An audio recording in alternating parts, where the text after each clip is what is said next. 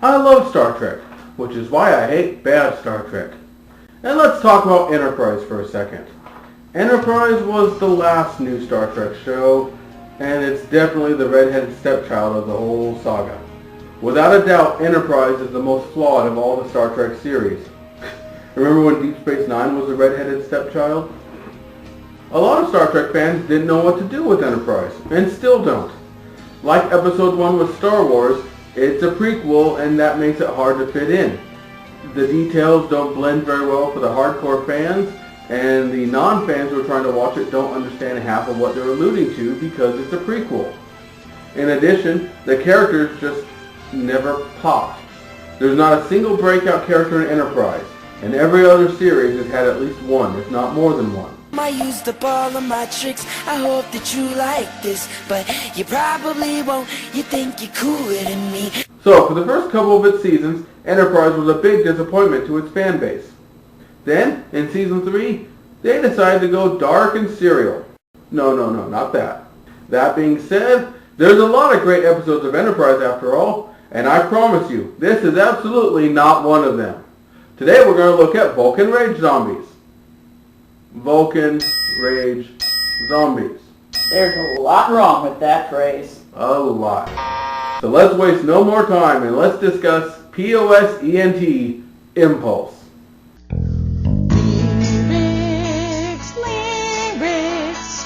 Why are there lyrics here now? Why are we singing? Because today we're doing Enterprise, and I must mark their theme song somehow. Because parody is right. I transpose this, or I'd probably botch that effect. I know I'd a winner, but you should all be grateful it's not that. The man has no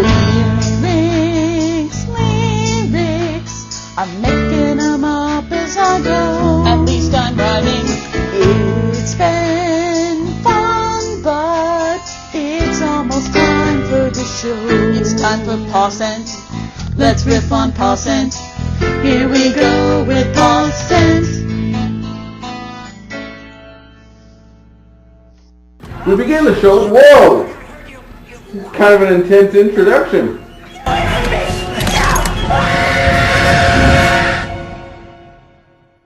It's been a long road getting from there to here. And that's kind of a mood whiplash there. Let's try that in a few other instances, shall we? Tell me what you've been doing, busy little bee, or I shall strike down those dearest to you. You shall watch as I bathe in their blood.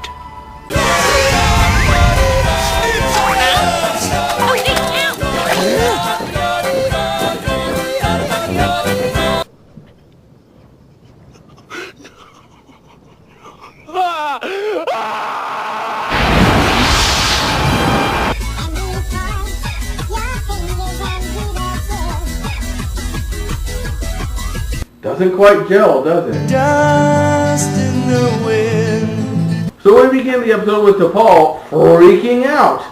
So Phlox finally manages to knock T'Pol out with a potent combination of C-SPAN and the first season of The Next Generation. In injection form.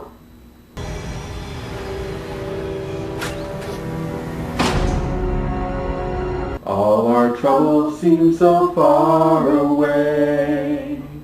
Well, before we get to the episode, let's talk about what's happened previously on Enterprise.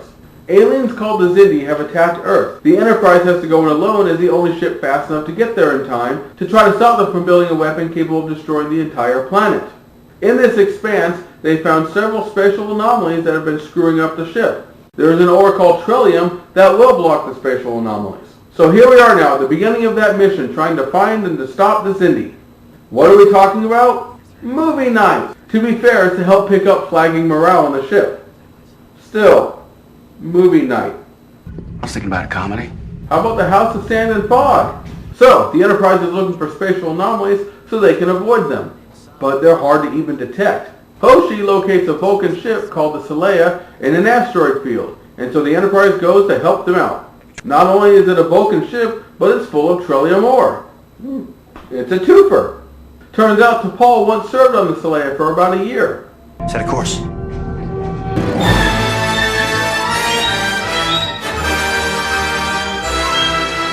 Trip decides to stay and beam some Trillium ore aboard with the transporter. Diarrhea is like Trillium ore raging inside you. Clean up on aisle 2. Must be a new one for the maintenance crew. Oh, I was joking, Trip, you... Meanwhile, Archer, T'Pol, Malcolm, and a red shirt. Red shirts are called Makos here, but they're just red shirts. Board the Saleya. Oh, great. The flickering haunted house lights and sped up frame rate.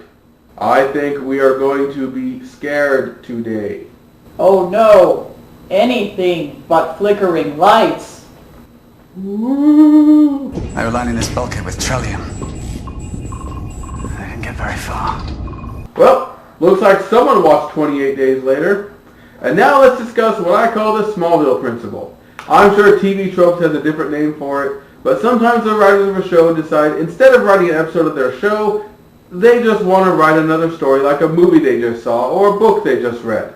I saw a lot of this on Smallville, which is why it's called the Smallville principle to me. Vulcan blood. Or as the Vulcans call it, blood. So, Archer and T'Pol hear a distant banging and go to investigate it. Don't go in there! It's a Vulcan rage zombie! Ah! Zombies! Oh, he stunned it. More zombies! This whole sequence is looking disturbingly like a video game.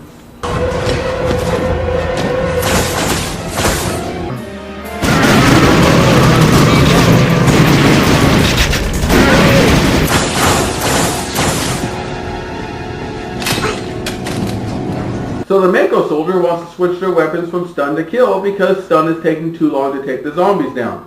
Archer refuses because they're here on a rescue mission.